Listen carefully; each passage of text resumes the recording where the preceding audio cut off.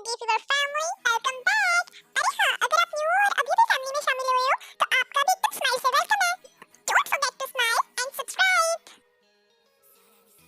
क्विंकविंग जब रूम में देखती तो ड्रैगन किंग अपनी पावर से जिन के शरीर में से वो मैंड्रिक जहर निकाल देते हैं और वो चैनिया को भी बताते हैं कि जिन अब टोटली ठीक है। देन दोनों सहेलियों में बहुत इमोशनल बातें होती हैं वही प्रिंस के धोखे को लेकर कि प्रिंस ने जिन के साथ झूठ कहा है कब से। जिन से लड़ाई करते वक्त चैनियों के कंधे का पुराना दर्द जागृत हो गया था, इसलिए ड्रैगन किंग चैनियों को आराम का बोलकर जा रहे होते बट चैनियो उनका हाथ पकड़ लेती है और इसी बीच चैनियो का कंधा और दुखने लग जाता है और वो ड्रैगन किंग को बोलने लग जाती है कि देख तेरी वजह से मेरा कंधा दुखने लगा ना, अब तुम मेरे को सिटी वॉल पे लेके जा, मेरे को फायरवर्क्स देखने लाइक आतिशबाजियां। ड्रैगन किंग थोड़े गुस्से वाली टोन में बोलते कि इस टाइम आतिशबाजियां कौन चला रहा होगा, चुपचाप जाके सो जाओ। एक्चुअली चैनियो ने ये जानबूझ के बोला होता है बिकॉज चैनियो को यकीन तो हो ही गया होता है कि यही ड्रैगन किंग है। ड्रैगन किंग का नाम युची लोंगियान है और चैनियो यहाँ सोच रही होती है कि देखती हूँ मैं सपने में फायरवर्क्स देखने जाती हूँ कि नहीं, पर सपने में होता भी वही है। चैनियो उसी दीवार पे खड़ी होकर फायरवर्क्स देख रही होती है ड्रैगन किंग के साथ।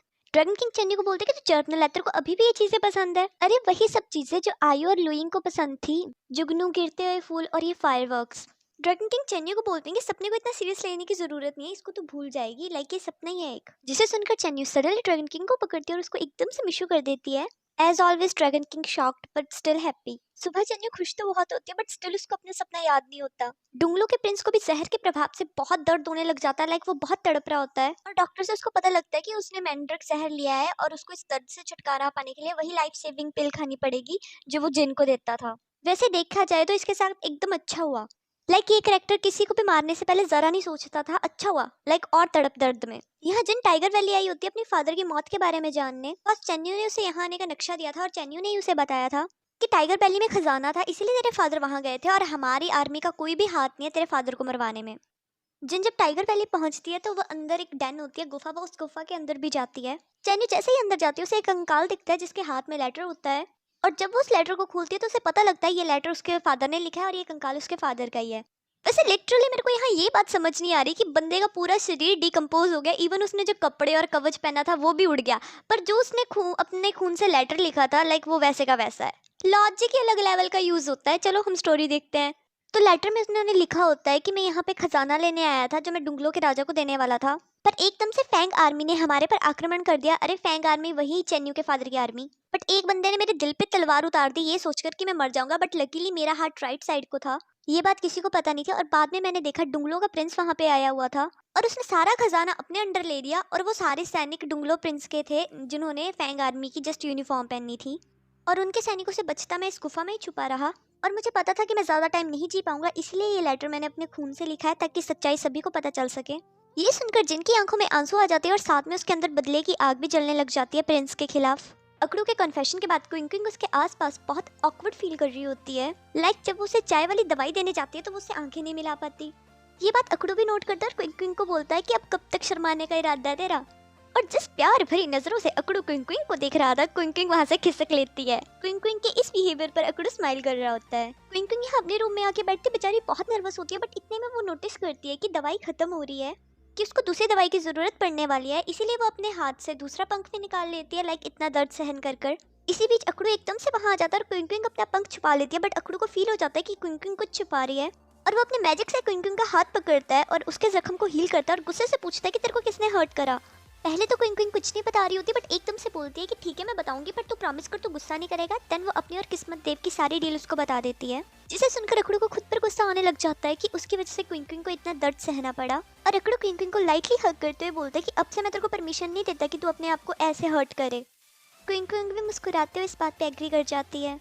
जिन भी डुंगलो के प्रिंस के दिल में चाकू उतार देती है बिकॉज उसने उसके फादर के साथ इतना बुरा किया था और उसके साथ भी इतना बुरा बिहेव करा था। इतने में प्रिंस का बॉडीगार्ड भी चेन्नई पर हमला कर देता है, बट चेन्नई उसके साथ बाकी सैनिकों को भी मार देती है और अपने लास्ट टाइम में जिनको अपने और चेन्नई के साथ बिताया हुआ लास्ट टाइम याद आता है और वो मर जाती है एक स्माइल के साथ कि फाइनली उसने अपने फादर का बदला ले लिया। अंकल जाओ से चेन्नई को पता लगता है कि डुंगलो का प्रिंस मारा गया, बट पता नहीं कि किसने मारा है। चेन्नई जब उस रूम में जाती है जहाँ डुंगलो का प्रिंस मरा होता है और वहाँ पर वो जिन का नाम के साथ स्माइली देखती है तो उसे समझ आ जाता है कि जिन ने ही उसे मारा है और एकदम से चेन्नई को जिन की आवाज़ आती है कि मैं जिन हूँ और अब से हम फ्रेंड्स हैं।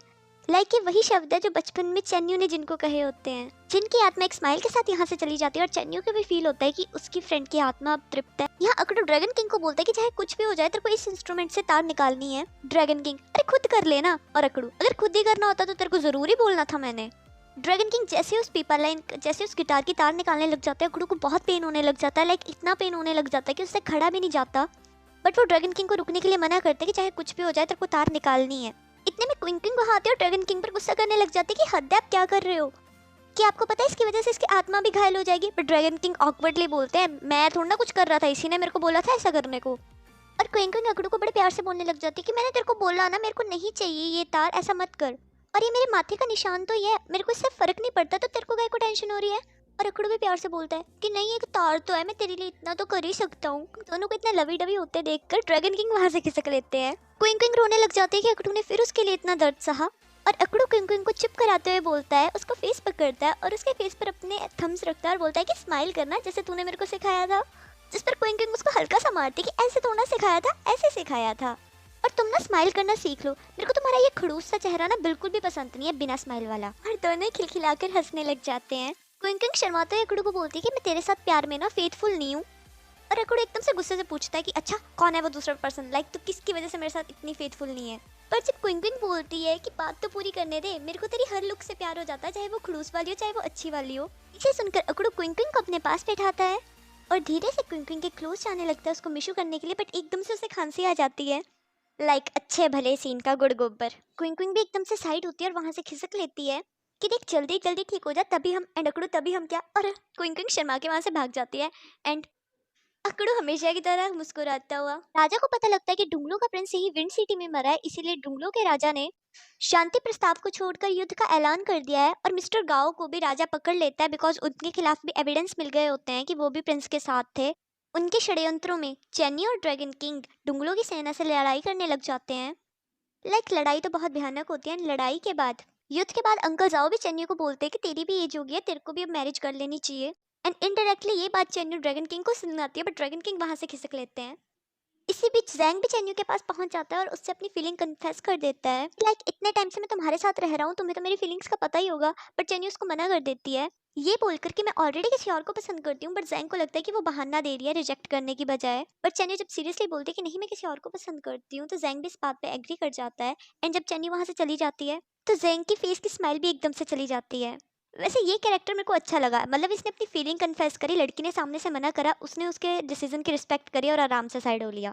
चेन्नई पहाड़ पर आकर ड्रैगन किंग को ही पुकारी जा रही थी कि मेरे को पता है कि आप हमेशा मेरी साइड रहते हो। एकदम चेन्नई के पास बटरफ्लाई आती है और उसको अपना कुछ पुराना टाइम भी याद आता है और उसको समझ आ जाता है कि ड्रैगन किंग क्यों उसको अपनी आइडेंटिटी नहीं बता रहे। नेक्स्ट डे युद्ध के दौरान ड्रैगन किंग को तलवार लग जाती है। ड्रैगन किंग का जख्म जल्दी भर भी जाता है और चेन्नई भी इस बात का हल्का सा टोंट उसको देती है कि जख्म कुछ ज्यादा जल्दी नहीं भर गया। और ड्रैगन किंग भी चेन्नई को ये बोलते हैं कि मैं फॉरएवर तेरे को मतलब प्रोटेक्ट करूंगा। चेन्नई भी ड्रैगन किंग को कन्फ्रंट नहीं करती बिकॉज उसके लिए ये काफी था कि ड्रैगन किंग हमेशा उसके साथ रहेंगे चाहे कैसे भी रहें।